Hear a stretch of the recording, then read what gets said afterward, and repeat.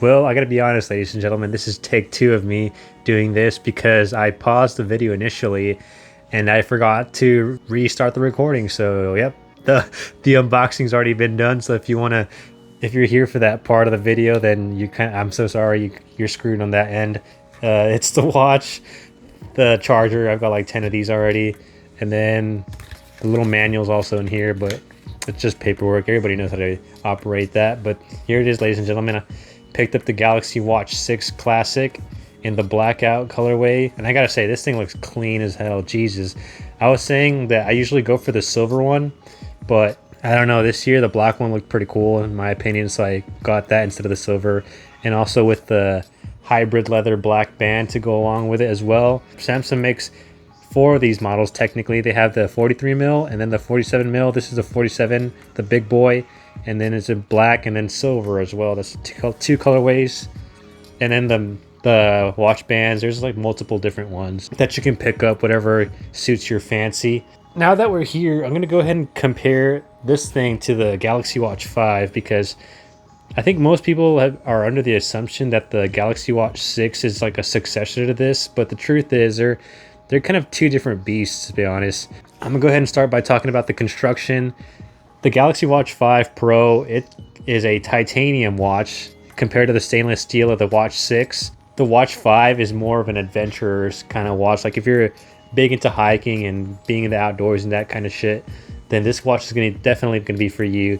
I think one of the biggest differences between these two watches, technically or tech-wise, is this thing has, I think they call it dual band GPS, and the Watch 6 only has single band, which this allows, I think, I'm not a professional or anything, but I think what that allows you to do is it lets you upload like GPX files. So if you want to go onto a hiking trail, you can upload the trails to this watch, but I never figured out how to do that, so that's unfortunate. But yep, another big difference between the Watch 5 Pro and then the Watch 6 here is the battery life. I barely charged this thing today, and it's lasted me up till Sunday, I think today. So I charged it Sunday afternoon, like around midday, and it lasted me all the way up to a few hours ago. Right now, it was like around 4 o'clock ish, getting out of work, and then the battery percentage was down to like, what was it, like 10%. So yep, that's about 3 days of charge there.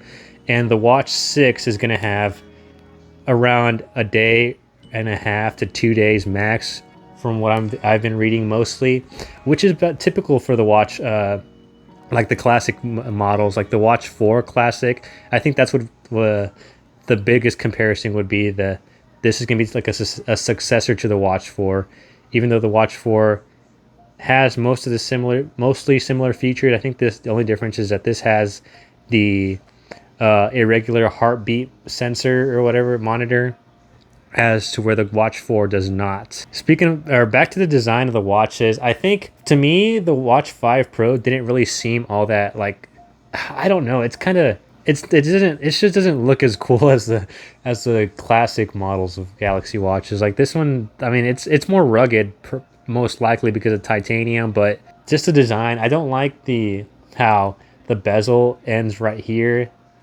or how the screen ends right here, and then just like an ugly black bezel around it that doesn't rotate, which is kind of pointless in my opinion. I think they should have filled it up all the way, at least made the screen go to the silver line here. That would have been way better. But the look of this thing never caught my attention or anything. And another thing I want to get into are these stupid D buckles. On paper, they sound pretty cool, easy to take on and off. You just gotta, boom, that's it. But in practice, they're such a pain in the ass. Today, even, I was wearing it and I picked up a box and it just hit, the box barely nudged this and it comes off so easily. I wish they would have had like a stronger magnet to this, or just a little clip that like on an actual, more like on most common watches, or traditional watches rather, it just clips on and you just push the buttons on the side and you pull them off. But yeah, I didn't make that mistake for this one because I know that they have the D buckle as well with the hybrid leather, but I went ahead and got the classic buckle here instead of the stupid magnet shit that pisses me off so much. Okay, anyways, another thing that they did for the Watch 6 that I think is pretty cool are the quick release buttons here to take off the bands, my bad. I'm fumbling on my English. That's how easy it is. Just push the button in and bang. Now to realign, that took a little longer than anticipated. You see these have like the traditional little pin here that you can push and pull there, but I got it on the first try there. That's surprising, but I'm not going to take it off because then I know putting it back on is going to be a pain in the ass. There we go. Is it worth it upgrading from the Galaxy Watch 5 Pro to the Galaxy Watch 6 Classic? Well, the answer is that it depends. If you're more of a adventurer type, like I said, and you want a more rugged watch, something that lasts a bit longer, go for the Watch 5 Pro. And if you want something that looks more elegant, more classy with the rotating bezel, go ahead and pick up the Watch 6. That's what I did. I mean, you're going to suffer on the battery life in that department, but I mean, for me, I have free time quite a bit, to be honest. Like if I'm doing homework or if I'm on my computer, like, doing homework or being in class, or even if I'm taking a shower, I can just plop this down and charge it. I think Samsung says that this thing can go to 0 to 45 in like 30 minutes, 45%.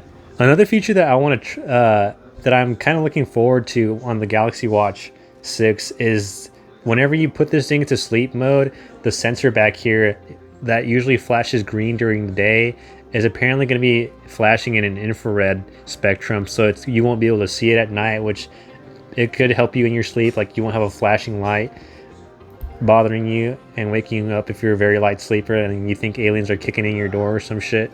But I mean, for the Watch 5 Pro, for the sleep tracking, the lights weren't too much of an issue. I also found that I think if you put this watch in sleep mode, instead of flashing green, the sensor flashes red.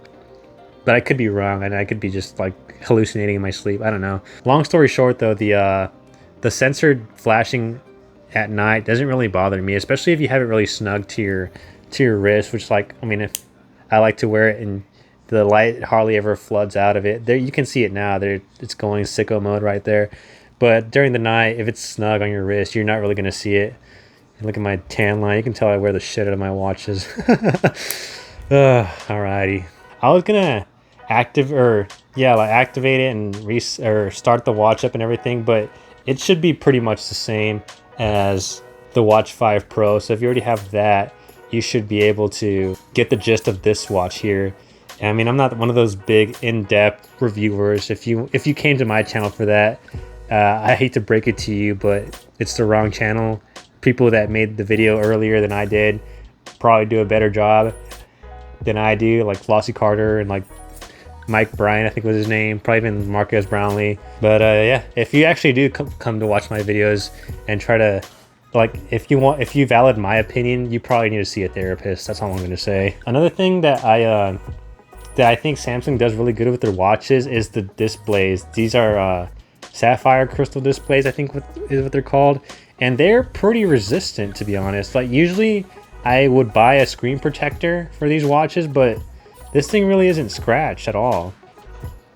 I mean, there's one right there, but for the most part, I would say that you could go without a screen protector. All right, now this is it. Now I'm gonna end the video. I've already gone too long on a tangent for no reason. I'm probably gonna go ahead and wear this one out tonight. I gotta go hang out with my friends in a bit, so gonna be test driving this bad boy. You know what, just to end the video off, we're gonna see what it looks like on the wrist. I have a pretty skinny wrist, but I like to wear the big watches, and I think this is a medium to large wristband, which to me it fits on the second to last hole. There you go. And I like to slide these bad boys near the end here. There you go. There she is, baby, the Ben 10 watch. I got the whole ass Omnitrix on my wrist right here. Bong. But yeah, there it is, nice and sleek. I think I've said I was gonna end the video like 5 times already, but